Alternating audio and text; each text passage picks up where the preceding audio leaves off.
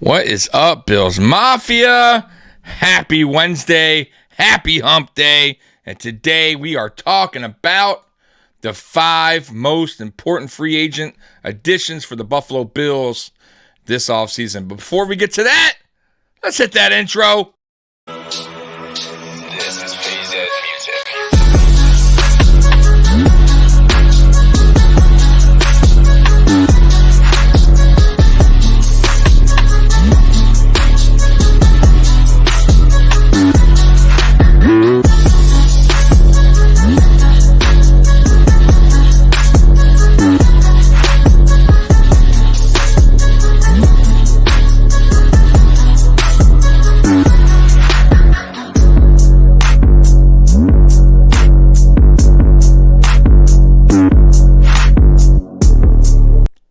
Welcome to the Mafia Sports Report. I am Tommy.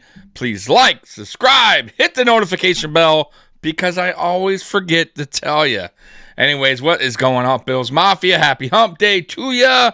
And I'm doing this video because I, unfortunately, am not able to go to work tonight because my bar has lost power here in Detroit. So I get to shoot another video for you. So today we are going to be talking about the 5 most important free agent additions for the Buffalo Bills. And this is actually an article written by Bills Wire. Once again, I want to thank Bills Wire for coming through with some good content. If you don't know, check them out, billswire.usatoday.com. So this is actually a ranking. So they're ranking them from 5 to 1. So let's see who they got on their list. Let's go ahead and pop that up. All right, so coming at number 5, safety Taylor Rapp. So what they got to say about him, Rapp was an unexpected but smart signing by the Buffalo Bills in 2022. Buffalo had their safety depth. I think they meant 2023, but that's okay. Buffalo had their safety depth tested for the first time in a big way. Since joining the Bills in 2017, both Micah Hyde and Jordan Poyer have been ridiculously healthy. That changed as Hyde missed most of last season due to injury and Poyer played a majority of the year banged up. Then came Damar Hamlin's scary cardiac arrest. Rapp could even still feature with Hyde and Porter healthy, but bare minimum. He's an experienced and strong depth option. Yes, and by the way, I love this signing as well. And what's good about Taylor Rapp is, once again, we all know what Jordan Poyer and Micah Hyde can do. But we saw what happened last year, right? Both of those guys got hurt. Micah Hyde hurt for their whole season, out after week 2, right? That was a huge loss for the Buffalo Bills. Once again, I love Damar Hamlin. I thought the other guys too, Jaquan Johnson, I like those guys, but they just couldn't fill that need that they couldn't fill the shoes of Micah Hyde. And I'm not saying that Taylor Rapp can, but he could come a little bit closer than those guys could with the experience that he has at safety. Also, what I like about him is he can also play down in the box. The Rams are actually using him as a linebacker sometimes. He loves getting after the quarterback. So I love the fact that they brought in an aggressive type safety who can also play linebacker. Perfect addition. And once again, you never know what's going to happen this season with Poyer and Hyde. I hope they stay healthy the whole season. We don't have to worry about that. Let's knock on wood, right? But let's be real here. They are aging. That's why they're on, Micah Hyde's on his last year. That's why Jordan Poyer only got signed for, I think, 2-year deal, right? So they understand the writing's on the wall for these guys. They are getting up there in age, and, injuries can happen, right? So especially with the older player. So having a veteran like Taylor Rapp come in, the guy's played really well and with the Rams. So this is a great addition. Also, with Sean McDermott taking over as defensive caller now as DC, he likes to play a little bit more of an aggressive style than Leslie Frazier. So I expect Rapp to be in there even with Micah Hyde and Jordan Poyer. Depending on what if he's bringing a blitz, if he wants to bring an extra linebacker blitz, whatever he wants to do, if he wants to put the safety down in the box, I expect you can actually see Hyde, Poyer, and Rapp on the field at the same time, depending on the situation, whatever. But that is a very good signing. I'm very excited for that. I thought that was a sneaky signing, another one of those. And by the way, that was like kind of a late signing in the offseason, so I love the pickup by the Buffalo Bills and Taylor Rapp. All right, let's get to the next one. So they got number 4. They got Deonte Hardy. So Deonte Hardy, wide receiver, 2-year deal, by the way. Similarly, there's a world where multiple of the Bills receivers feature in their offense on certain plays during games. But prior to Hardy's addition, former 5th-round pick Khalil Shakir was the only option to be Buffalo's starting slot receiver. Now competition will unfold that is rarely bad. So listen, Deonte Hardy, super, super fast, super electric. The only problem with Deonte Hardy is he has an injury history, right? It kind of follows him. When healthy, though, he could be very productive. He could be very electric. I think he ran a 4.39 or 4.29, something like that. Like, dude is super fast. That dude, with just a little bit of field, a little bit of space, he could take it to the house. He's also very good at special teams, kick return and punt returner. So I expect Hardy to make the team regardless. I don't know if you'll see a lot of playing time on offense. I'm going to be real with you guys. I don't know if because right now, I got to say, we got kind of a full room. But the problem with this full room is there's a lot of question marks, right? So Diggs, fine. We all know he's top 5. But after that, Gabe Davis, to me, I think he could be a number 2, but it's still a question mark. Can he, right? Last year, he had a little bit of a rough season, right? He didn't really show that he could be a number 2, but he kind of showed signs it's a possibility he can be still. He had an injury. He had the case of the drops. He still had a little over 800 yards receiving. Not a bad year for all that being said, but he needs to have a bounce back year. It is a contract year, so I expect Gabe Davis to ball out, okay? But after that, then you got Khalil Shakir entering year 2. He showed flashes last year, but once again, we didn't see enough of him, right? Will he be the third man on this team, on the receiving room? I don't know. You know what I mean? Then you got Trent Sherfield, who had a really good year last year in Miami, but that's his only good year as a pro. Can you continue where you left off in Miami? We will see. Supposedly Trent Sherfield had a very good OTA and minicamp with Josh Allen. So we'll see. But as far as Deonte Hardy goes, guys, I got to disagree with this. They're giving him number 4 ranking on this. I'm going to be honest, guys, I would swap out Hardy here and put Trent Sherfield over Hardy because Hardy, by the way, is a speedster as well. I think he ran like a 4.3 as well. Super fast. And he's taller. I think he's like 6'2". And listen, man, his vertical is really good. So he's a player that if he can do what he did last year with Miami, and by the way, he's been healthy as in the league. So it's not like he has an injury history. He doesn't. Hardy does. So if he can stay healthy, right, and he can stay productive and continue to do what he did last year with Miami, I think he's a better pickup than Hardy, in my opinion, as far as the offense goes.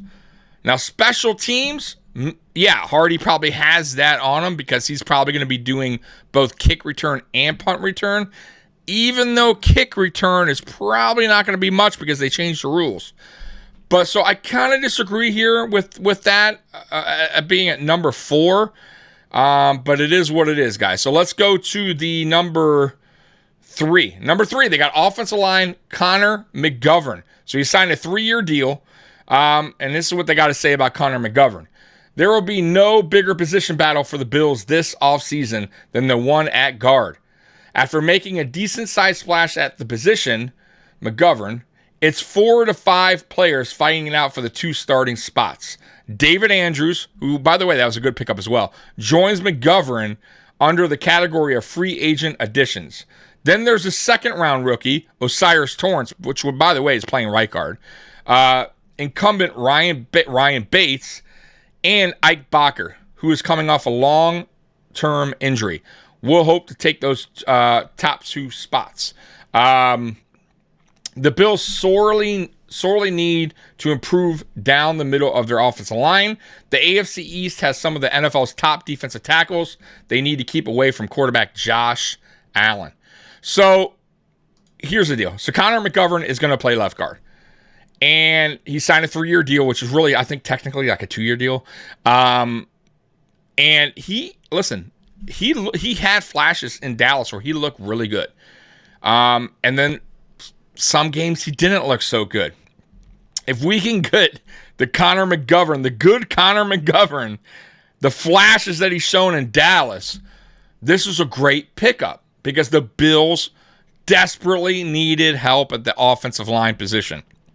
I've been screaming it for years. It's the one thing that Brandon Beane and Sean McDermott have ignored since they've been here. Let's be real. They keep putting Band-Aids on a wound that is getting bigger and bigger, and last year they couldn't stop it from bleeding, right?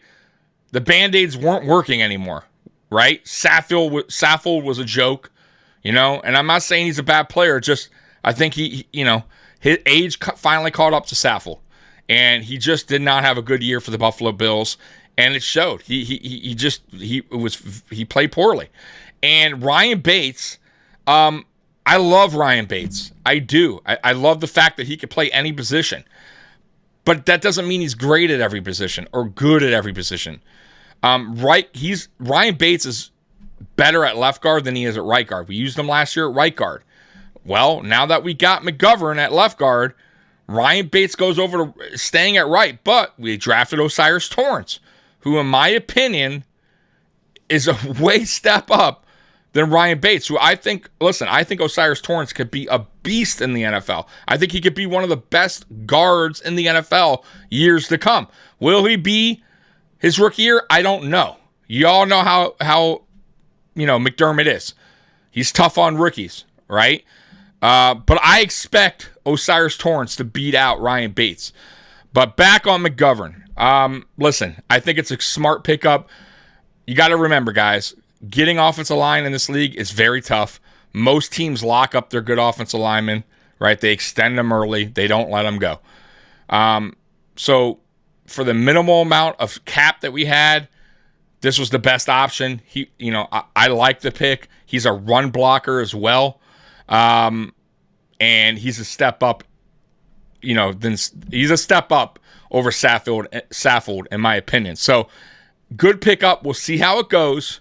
I don't think they're done with the offensive line quite yet, but they did a much better job in this offseason. And Edwards, by the way, can also compete this year with McGovern and Ryan Bates as well, and Torrance. So we'll see how that goes. But Edwards was a good pickup as well. He had a good year with the Rams. So we'll see how that goes. All right, let's get to the next guy. So the next guy on this list, so I don't mind that being number 3. All right, number 2, they got edge Leonard Floyd. Great pickup, by the way. So this is a 1-year deal. Floyd's addition is important in more ways than one. With Von Miller coming off a season-ending knee injury, Floyd can provide the Bills' pass rush another veteran option if Miller misses the first few weeks of the 2023 season while he's still recovering. Then once Miller returns, Floyd will enter the noted defensive line rotation Buffalo runs under Sean McDermott's watch. And don't forget about Gregory Rousseau either. Miller, Rousseau, and Floyd is a strong top 3, and I agree. Listen, Leonard Floyd has averaged 9 sacks the last 3 years. As he ages, it seems like he's getting better. Listen, this dude has been consistent. This dude can get after the quarterback. I absolutely love the pickup. It was another late addition to the Buffalo Bills defense. I love it in so many ways. One, because you don't know if Von Miller's returning week 1. I personally don't think he is. I know he's come out and said he is. I just don't see it happening. And that's okay. I would really tell if I'm the coaching staff, hey, Von, let's give it a couple more weeks. Let's do 2 or 3 weeks, and then we'll get you out there. There's no need to rush him out there if you have a Leonard Floyd who can fill the position while Miller is getting healthy. Okay, because if you look at their stats in the last 3 years, they're very similar. Matter of fact, I think Floyd's averaging more sacks in the last 3 seasons. So, listen, Miller, don't rush and get back too early and wind up hurting yourself. It's just, we have it for now. Take your time, get back. And then Gregory Rousseau, guys, I keep telling you, this dude is raw. He's getting better. You saw it last year, 8 sacks. I'm going to predict right now, I think Rousseau is in line for 10 sacks this season. He's still going to the Von Miller, the edge rusher school thing that Von has. And I just think, man, he's getting stronger. You saw last year, I think he had like 10 pounds of muscle. Like that dude, I'm telling you, watch out for Rousseau. But the addition of Floyd, man, I absolutely love it. Once again, you have a veteran in the room again. So if Von is out, like I said, you got the veteran on the field next to Rousseau, who's still young, raw. And yeah, man, I just absolutely love it. And even when Von Miller comes back, can you imagine? You still can have both Miller and Floyd and Rousseau out there on different packages. I mean, damn. Like, I'm telling you right now, our defense is going to be nasty if McDermott is aggressive. And you know, like, listen, if he's aggressive the way he was when he was a defense coordinator with the Panthers and the Eagles, then we got ourselves a nasty defense. If he goes back to that soft zone type defense that Frazier was running, and he doesn't use these guys' skill set to get after the quarterback, then it's just going to be one of those things where we flop again in the playoffs. I hate to say it, but the defense, in my opinion, is what's cost this team in the playoffs. Okay? And let's just see what happens this year under McDermott now that he has the opportunity to show what he's all about and what shows what this defense is all about late in the season and into the playoffs. So, yes, great pickup. I agree with the number 2 spot there. All right, so let's go to the number 1 ranking pickup that Bills Wire had, and that is defensive tackle Puna Ford. Love this deal, by the way. 1-year deal. By the way, both Puna Ford and Leonard Floyd took less money to come to Buffalo. They had other options to get more money from a different team, and they chose to come to Buffalo for less because they wanted to win. And I want to rephrase that. They want to win a Super Bowl. DeAndre Hopkins, hello. So real quick, you talked all off season about playing what quarterbacks you would love to play for, what kind of team you would love to play for, that you want to win a Super Bowl, right? That's what matters to you, right? A good front office, good ownership. You know, you went on and talked about how, you know, you follow Josh Allen, but yet you want to go play with Mac Jones, who is now the worst quarterback in the AFC East, who is a system quarterback, who is average with everything. He has an average arm, average getting out of the pocket. Matter of fact, he's super slow. He doesn't make plays out of the pocket either. He's like a robot back there. He's a system quarterback, and that's the guy you want to play for. You should go back and look at the 2021 Buffalo Bills playoff game against the New England Patriots. Watch how Mac Jones played. That's the guy you want to play for, then go ahead, because then it's all about the money, and hey, it is what it is. But anyways, back on Puna Ford. Ford takes the top spot because the need for him was clear last season. Yes, it was. Once again, our defensive line and our offensive line has failed us. Okay? Defensive tackle Daquan Jones is a space-eating defender in the middle. By the way, I love Daquan Jones of the Bills' defense. When he went down with an injury, which was the Bengals game, it was clear no one could do his job. I agree. Not only could Ford be that player, he thrived there in the NFL. And don't forget, McDermott will have no problem moving forward into first-string snaps over Jones if he earns them. That is true, but that's not going to happen. Good depth and potentially better competition. I agree. Listen, this is a great pickup.